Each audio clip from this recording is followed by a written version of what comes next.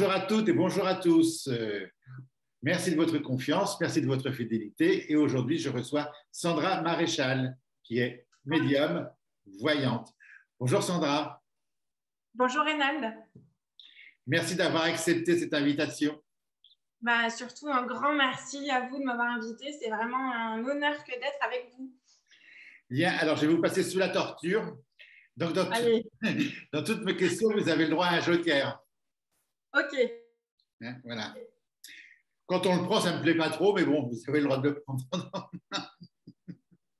Soyez gentil quand même. Hein. Oui, oui, mais je ne suis pas méchant. Non. Je n'ai pas de questions pièges. Alors, je voudrais que vous me parlez. Donc, vous êtes médium. Oui. Et voyante.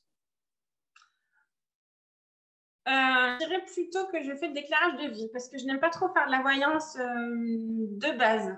C'est-à-dire, j'aime bien faire prendre conscience aux gens qu'ils ont une capacité de décision qui leur est propre et qu'ils doivent utiliser pour arriver à leur fin. Très bien.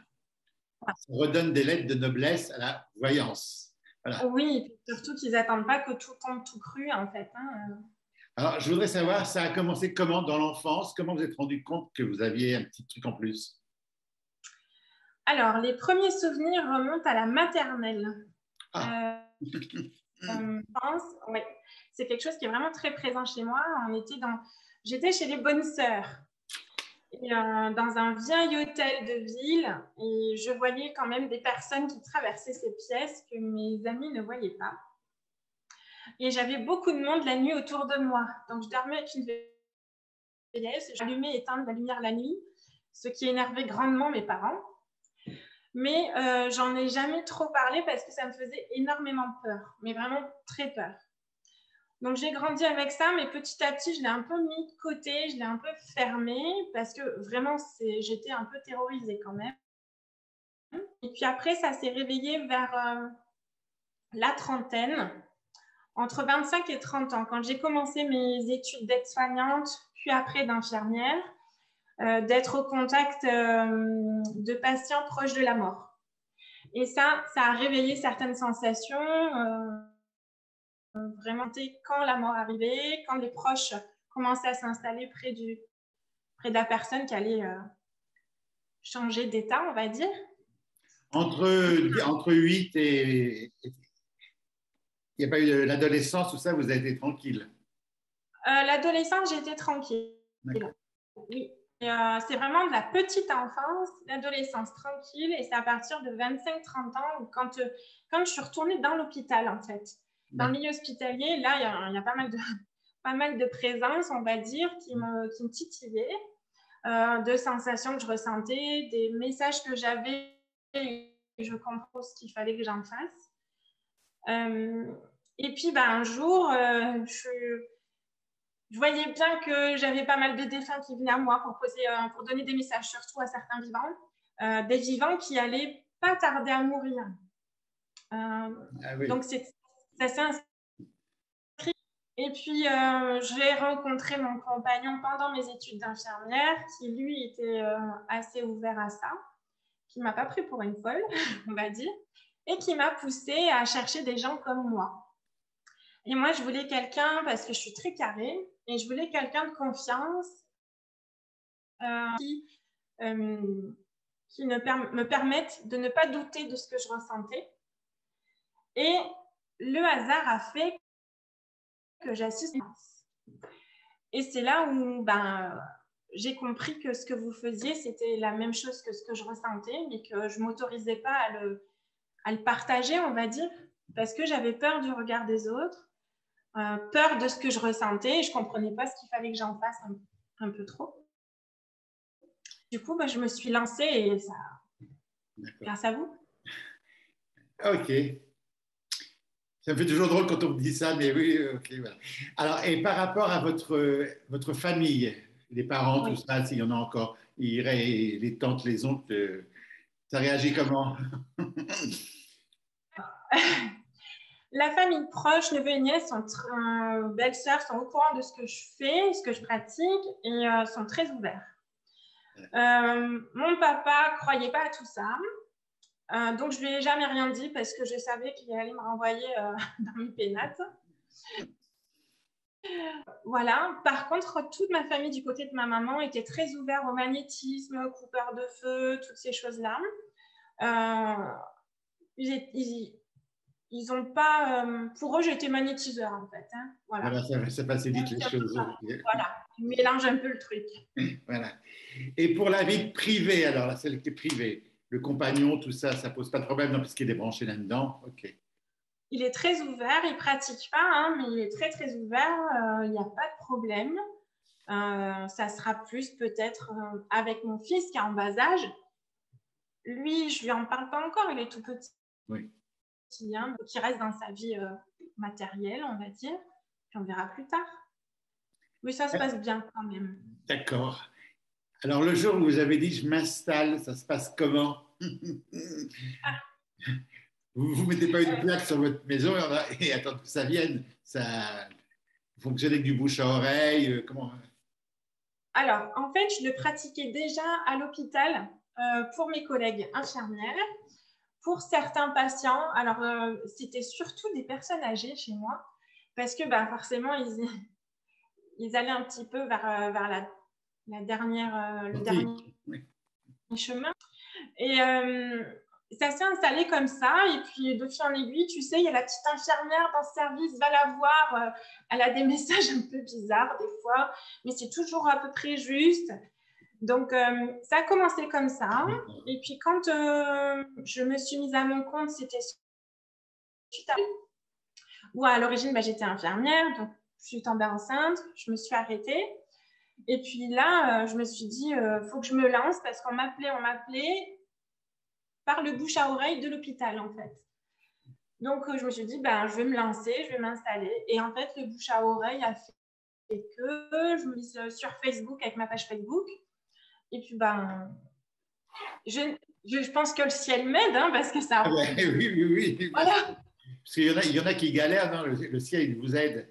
Alors, pour revenir aux défunts, oui. Quand vous êtes chez vous, moi je vous appelle, voilà, je vous dis bonjour, j'ai perdu quelqu'un, je voudrais un contact, ça se passe comment? Vous m'expliquez comment ça va se passer, comment vous pratiquez? Alors, comment je pratique? Déjà, j'explique que le contact défunt, c'est quelque chose de sacré. J'explique que ce n'est pas moi qui choisis si le contact a lieu ou pas, c'est-à-dire ben, on tente le coup, si le défunt est présent, ben, ça se déroule, s'il n'est pas présent, ben, tant pis, je rembourse la personne, hein, bien sûr, mais ce n'est pas moi qui choisis. J'explique surtout que je ne suis pas là pour régler les comptes. Donc, toutes les histoires de famille, les machins, si c'est pour régler les comptes, c'est non, je ne pratique pas. Je le dis hein, d'emblée, je suis assez cash, et après, je leur dis que je ne veux rien savoir. Je ne veux rien qu'on me dise. Ils m'envoient une photo de leur défunt. Ensuite, ben, on fixe le rendez-vous. Au moment où je les appelle, ben, j'écoute ce que je reçois. J'ai des images, j'ai des sensations. J'ai des petits clins d'œil, hein, souvent. C'est très rigolo. Et puis surtout, ce que j'aime dire, c'est ne vous attendez à rien de précis, mais attendez-vous à tout. Parce que c'est quand on a une idée précise des messages qu'on veut, qu'on est déçu du rendez-vous parce qu'on n'a pas eu ces messages. Mais du coup, on n'entend pas les autres messages qui sont tout autant précis, mais qui ne correspondent pas à ce qu'on voulait. Parfait. Voilà. Quand vous êtes chez vous, vous les voyez comment? Alors, moi, je suis multitâche, ça dépend. Non, mais ça me suffit, voilà, ça me suffit. Multitâche, c'est très bien. Ouais, c'est vraiment varié. Et les animaux? Oui, je fais beaucoup de communication animale dans les vivants et dans les défunts. Ah, dans les vivants et dans les défunts, ok. Oui, c'est très rigolo parce que souvent, j'ai des clients qui se présentent à moi et en plein milieu qui n'a rien à voir. Paf, j'ai l'animal qui arrive, qui s'impose, qui vient donner des messages pour son humain. C'est vraiment très touchant et enfin, ça se fait tout seul. Je ne réfléchis pas en fait. J'ai passé beaucoup de temps à essayer de comprendre, mais j'ai lâché prise parce que ce n'est pas compréhensible. Voilà, il ne faut pas chercher à comprendre. Voilà. Moi, je ne cherche plus à comprendre maintenant. Hein. C'est ça. Je me pose quand même quelques questions de temps en temps, parce que, mais ouais, j'ai vite fait que, voilà, c'est magique. Hein, voilà. Mais exactement. Et c'est vraiment du moment où j'ai compris ça, en fait, les messages étaient beaucoup de plus en plus clairs et beaucoup plus fluides. D'accord. Et est-ce que vous mélangez contact médiumnique et, alors je veux dire voyance, même si vous n'aimez pas le terme, et le conseil pour l'avenir, ou alors c'est bien séparé? Je viens vous voir pour mon avenir ou je viens vous voir pour le défunt? Alors, si vous avez une envie vraiment de quelque chose de particulier, c'est-à-dire de défunt, c'est vraiment un moment qui est précis pour ça. Par contre, quand vous venez pour un éclairage de vie et que vous avez un défunt qui se présente, là, pour moi, c'est cadeau.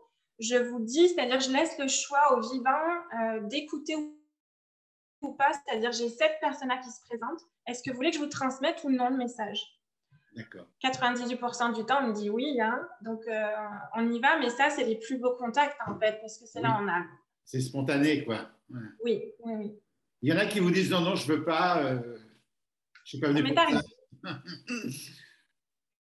Ça m'est arrivé, mais c'est surtout parce qu'il y avait des conflits dans le vivant qui n'ont pas été réglés et où le vivant qui se présente devant moi n'est pas encore prêt à aller dans une étape de libération et d'apaisement. Et souvent, le défunt est dans cette démarche-là hein, quand il se présente. Je respecte ça parce que c'est propre à chacun avance comme il le souhaite. Alors, la définition de la médiumnité, vous voyez ça comment? Oh mon Dieu. Je ne sais pas si ça se dit. Pardon. Oui, oui. Pour vous, la médiumnité, on s'en sert pour quoi faire? Ah, pourquoi? Moi, je dirais pour être plus à l'écoute de soi et de l'univers. L'univers dans le sens l'âme, pourquoi est-ce qu'on est là, se comprendre mieux, comprendre ce qui nous traverse dans nos émotions, dans nos contrariétés. Oui. Voilà, c'est plutôt dans ce sens-là. Et puis surtout, moi, la médiumnité, c'est grâce à ça que j'arrive à me détacher des tracas un peu matériels qui nous pèsent au quotidien. Hein. Parce que j'ai conscience et j'ai pu ressentir qu'il y a quelque chose de plus puissant et de plus primordial, je vais dire, que gagner de l'argent. Ouais. C'est utile, hein, on en a besoin dans notre matérialité, mais je pense qu'on a besoin de comprendre qu'on est là pour quelque chose de plus grand. Voilà. Bien, c'est bien. Ça vous plaît comme ça? Vous intervenez dans quelle région de France? Alors moi, je suis dans le Gard, à 40 minutes d'Avignon, un quart d'heure d'Uzès et 30 minutes de Nîmes. Dans le je suis sud. À côté de Bagnols-sur-Cèze, dans le sud. Dans le sud. Et vous travaillez au téléphone également pour un contact défunt? Oui. Oui. Oui, oui. C'est pas quelque chose. Alors, je respecte l'envie que certaines personnes me voir parce que je trouve que le cadre, c'est beaucoup plus respectueux, on va dire. Mais le Covid aidant, et puis surtout quand j'ai eu des défunts qui sont imposés à moi pendant des éclairages de vie qui étaient au téléphone, eh bien, je me suis dit, si ça se présente, ok, c'est que c'est juste. Donc, maintenant, voilà, je laisse faire. Ça va. J'ai de la clientèle dans le monde entier, donc je m'adapte au décalage horaire. Oui. Et puis, voilà, si la personne peut venir dans mon cabinet, elle est bien en priorité. Il y a certains contacts où quand la personne m'appelle, je fais confiance à ce que je ressens. Je vais lui dire, vous, je veux vous voir. Il vaut mieux qu'on se voit. Voilà. Dans votre médiumnité, ça vous est déjà arrivé de parler dans une langue étrangère que vous ne connaissez pas? Alors, de parler, non, mais d'entendre une langue étrangère, je ne sais pas, mais de savoir ce que ça voulait dire, oui.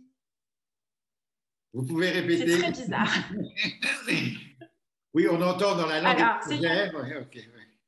Oui, et du coup, je comprenais ce que ça voulait dire alors que je ne parle pas cette langue. Voilà. Ah, c'est magique. Hein. Oui. Voilà, j'ai eu, il n'y a pas très longtemps, par exemple, j'ai eu quelqu'un qui était écossais. On ne m'avait pas prévenu, je ne le savais pas. je suis une quiche en langue étrangère, hein, donc je suis vraiment très nulle. Et la personne, j'entends vraiment la consonance anglaise, vraiment, je dis, bah, écoutez, il me dit ça, ça, ça, ça. Pareil, j'ai eu l'italien, j'ai eu du grec. Voilà, c'est le grec qui m'a le plus étonnée parce que je ne comprenais pas du tout, mais je savais ce que ça voulait dire, donc je transmettais. D'accord. Voilà, mais je ne réfléchis plus. Vous n'avez jamais parlé dans une langue étrangère? Alors, dans certaines circonstances, oui. Ah, voilà. c'est bien, c'est bien, c'est bien, c'est bien. Et les projets pour l'avenir, ça va être quoi pour vous? Alors, projet pour l'avenir. Un bébé. Non, non, j'aurais aimé, mais maintenant ça va. Je commence à être un petit peu vieille. Je ne suis pas périmée, mais je pense qu'il faut laisser la place aux autres. Non, j'aimerais vraiment pouvoir me lancer en conférence en contact des femmes, un petit peu guillemets aux yeux de tous, m'ouvrir. Et puis non, j'aimerais aussi privilégier l'accompagnement des fins de vie. Justement, à la fois pour la famille, mais aussi pour la personne qui est en fin de vie, vers l'autre côté. Ah, c'est beau. Chose que je fais quand même, hein, comme ça, sans en parler, c'est de l'écho. Et ça me plaît beaucoup. Voilà, parce que justement, quelquefois, il y a des choses qui lâchent et où ça permet à la personne de se libérer avant de mourir. Et ça permet à la famille de lâcher également. Et ça, je trouve que c'est important. Pensez-vous que le médium ou la médium, on a un rôle social à jouer dans cette société? Complètement. Complètement. Et l'inconvénient, c'est qu'on est un petit peu, si je puis dire, hein, je ne parle pas très, très joliment, c'est-à-dire qu'on a une image sociétale qui ne montre pas réellement ce que les bons médiums peuvent donner. Parce qu'en fait, je vais dire que les charlatans nous font défaut. Oui, oui. Voilà. Et ça n'aide en rien notre image. Et puis, la société n'a pas envie de parler de choses qu'elle ne peut pas expliquer. Nous sommes d'accord. Voilà. Mais moi, je trouve qu'on a un rôle à jouer parce que il se passe des choses qu'on n'est pas capable qui permettent aux personnes d'aller mieux. Et puis, moi, j'ai le témoignage de plusieurs personnes. Hein, il y a un avant, un après. Même moi, ça m'a transformée dans ma compréhension des choses. J'ai vécu le décès de mon papa d'une manière qui était complètement différente. Pourtant, c'était mon papa, ça me touche. Hein, la petite fille est toujours touchée. J'ai conscience de quelque chose d'autre. J'avais un ressenti qui était différent. Et ça, je pense qu'il faut le mettre à profit pour justement améliorer le bien-être de l'humain dans son quotidien. Et si je vous dis, parce qu'on a dû vous le dire, oh là là, vous avez de la chance, je voudrais être comme vous. Oula. On vous l'a dit, ça. On a dû vous le dire. Oui, Oui, hein. oui. Alors, c'est de la chance et pas forcément de la chance. Parce que je me considère chanceuse parce que j'ai accès à des choses qui me permettent d'être assurée un avenir au-delà de notre vie physique, on va dire. Donc, je suis plus sereine vis-à-vis de ça. Par contre, la vie est un peu particulière hein, parce qu'avant d'arriver à cette compréhension des choses, certains événements vont nous amener à comprendre, à avancer, à évoluer pour développer ce qu'on ressent. Et ce n'est pas forcément toujours des étapes qui vont être très jolies à vivre. Voilà, moi, on va dire ça. Et puis, quelquefois, je me sens très seule parce que justement, voilà, avec vous, je peux en parler de manière, mais on ne peut pas faire ça avec tout le monde. Je vais souvent être considérée comme la folle du village, on va dire, hein, celle qui parle avec les morts, qui a les cartes. Voilà, c'est un petit peu compliqué. Après, oui, c'est une chance, mais la malchance est que l'ego de l'humain ternit ce qu'on vit, je pense. Moi, je pense que ceux qui nous disent ça, je voudrais être comme vous, c'est parce ils pensent tous qu'on est en contact avec nos défunts. Oui. Voilà. Alors ça, non, en plus. Hein.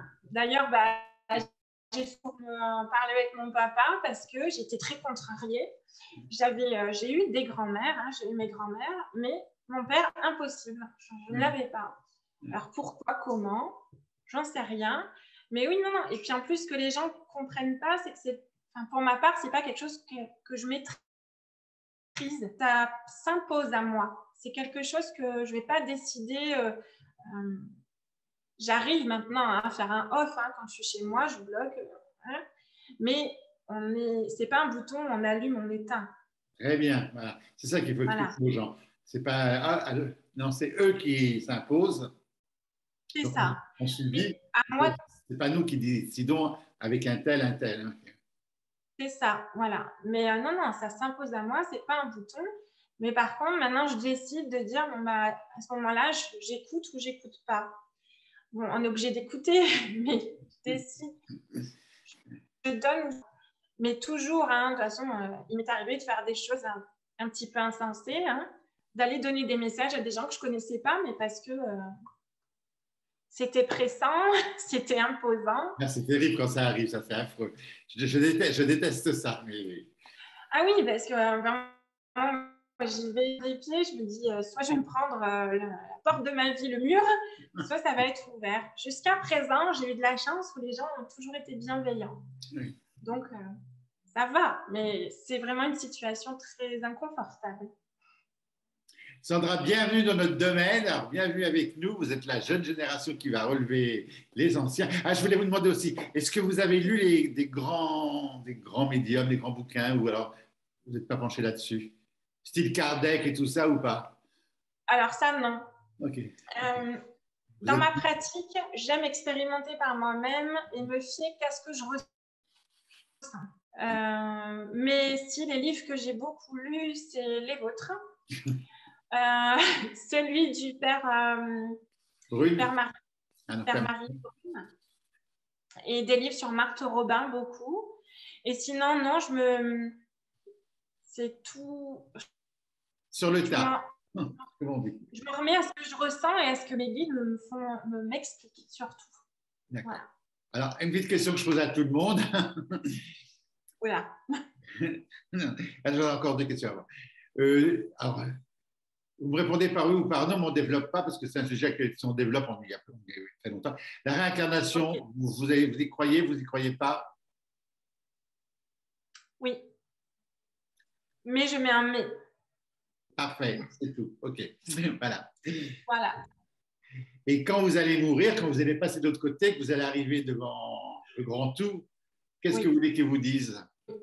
Ou qu'est-ce que vous allez lui dire? Vous, qu'est-ce que vous allez lui dire? Merci. C'est merci. Et puis la première chose que je peux vous dire, c'est surtout de l'amour, quoi. Ouais. Sandra, je vous remercie de votre franchise et de tout ce que vous avez expliqué. C'est un témoignage de plus. C'est très important pour la médiumnité, pour remettre des lettres de noblesse à cette fameuse faculté. Moi, je dis toujours que la médiumnité n'est pas dangereuse. Ce sont les médiums qui sont dangereux. Oui, c'est la manière de la pratiquer. Il y a un manque de respect à l'heure actuelle. Vous travaillez sous votre véritable nom? Oui. Déjà, ça, je trouve que c'est un point important parce que le médium qui s'appelle Ange de Lumière, Christelle, le cristal, voilà, non, on est normaux, on est comme tout le monde, voilà. Sandra, merci beaucoup, merci beaucoup. Donc, je donnerai les références de Sandra dans la bande-annonce, dans la vidéo, je mettrai exactement au-dessus dans le texte, au-dessus de la vidéo. Merci Sandra, je vous souhaite le meilleur pour la suite. Merci, chers auditeurs et chères auditrices, je vous ai coupé la parole, pardon. Non, je vous disais merci à vous. Chers auditeurs, chères auditrices, à très bientôt pour d'autres aventures. Merci de votre confiance et à très bientôt. Au revoir. Au revoir.